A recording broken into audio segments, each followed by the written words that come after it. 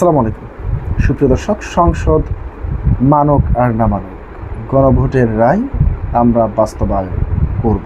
এবার এই ধরনের বক্তব্য দিয়েছেন সংসদের বিরোধী দলীয় নেতা ডক্টর শফিকুর রহমান। বাংলাদেশ জামাত ইসলামীর আমির শফিকুর রহমান বলেছেন, দলের যে জনগণ আমাদের ভোট দিয়েছে তার প্রমাণ কি? 70% জনগণ হ্যাঁ এর পক্ষে ভোট দিয়েছে, এটাই তার প্রমাণ।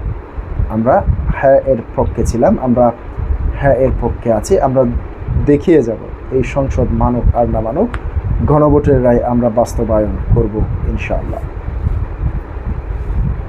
শনিবার 6 মার্চ দুপুরে ঢাকার জাতীয় প্রেস ক্লাবে জাতীয় গণতান্ত্রিক পার্টি জাগপার 46 প্রতিষ্ঠাবার্ষিকী উপলক্ষে এক আলোচনা সভায় প্রধান অতিথির বক্তব্যে শফিকুর রহমান এই কথা বলেন। শফিকুর রহমান বলেন, 55 বছরে দফায় দফায় যে ফেসিবাদ জাতিকে এগিয়ে যেতে দেয়নি, সেই ফেসিবাদকে 24-এর বিপ্লবীরা ছুঁড়ে মেরেছিল বঙ্গোপসাগরে, নালায় নর্দমায়। এখন কারা নর্দমা থেকে এটাকে তুলে আনতে চায়? মনে রাখা দরকার, এই প্রজন্ম প্রমাণ করে দিয়েছে তারা জেগে উঠলে মাসের পর মাস, বছরের পর বছর আন্দোলন করার প্রয়োজন হয় না। তাদের বুক চেতিয়ে যুদ্ধ করার সিদ্ধান্তই ফেসিবাদীদের কলিজায় কাঁপন ধরিয়ে দেওয়ার জন্য যথেষ্ট। এই প্রজন্মের ফেসিবাদের বিরুদ্ধে অবস্থান এখনও স্পষ্ট, বিরোধী দল তাদের সঙ্গে আছে।